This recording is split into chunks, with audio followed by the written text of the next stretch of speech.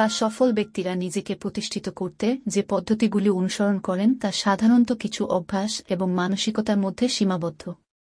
এখানে কিছু গুরুত্বপূর্ণ বিষয় তুলে ধরা হল যা অনেক ধনী ব্যক্তিরা নিজের প্রতিষ্ঠার জন্য অনুসরণ করেন। ১. লক্ষ্য নির্ধারণ এবং স্পষ্ট পরিকল্পনা।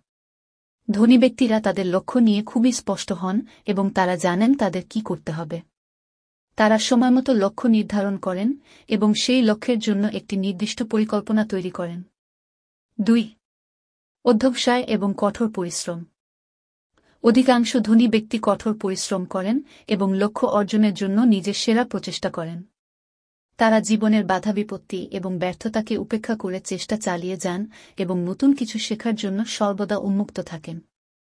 ৩. বিনিয়োগ ও অর্থের সঠিক ব্যবহার। ধনী ব্যক্তিরা সঞ্চয় এবং বিনিয়োগের ব্যাপারে দক্ষ।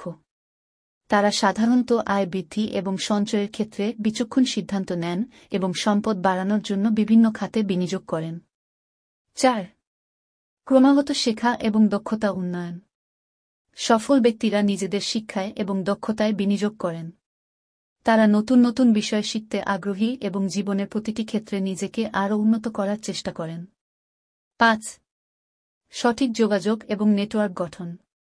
ধনী ব্যক্তিরা সাধারণত তাদের মতো সফল মানুষের সাথে যোগাযোগ করেন। একটি শক্তিশালী নেটওয়ার্ক তাদের জীবনে গুরুত্বপূর্ণ ভূমিকা পালন করে এবং প্রয়োজনীয় পরামর্শ এবং সহায়তা প্রদান করে। ৬. স্থিতিশীলতা এবং মানসিক দৃঢ়তা। ধনী ব্যক্তিরা স্থিতিশীল মানসিকতা বজায় রাখেন এবং জীবনের চ্যালেঞ্জগুলি মানসিক দৃঢ়তার মাধ্যমে মোকাবেলা করেন। তারা মানসিকভাবে শক্তিশালী থাকেন এবং চাপের সময়ে বিচলিত না হয়ে সঠিক সিদ্ধান্ত নিতে সক্ষম হন। ৭. উদ্ভাবনী মানসিকতা। সফল ব্যক্তিরা সাধারণত নতুন ধারণা নিয়ে কাজ করতে পছন্দ করেন এবং সমস্যার সমাধানে সৃজনশীল পদ্ধতি ব্যবহার করেন। নতুন কিছু তৈরি করার বা পুরনো সমস্যার নতুন সমাধান খোঁজার চেষ্টা করেন। এই গুণগুলি ধনী এবং সফল ব্যক্তিদের মধ্যে সাধারণত লক্ষ্য করা যায়। এসব অভ্যাস, মনোভাব এবং মানসিকতা গড়ে তুললে নিজের প্রতিষ্ঠার সম্ভাবনা অনেকটাই বাড়িয়ে তোলা সম্ভব।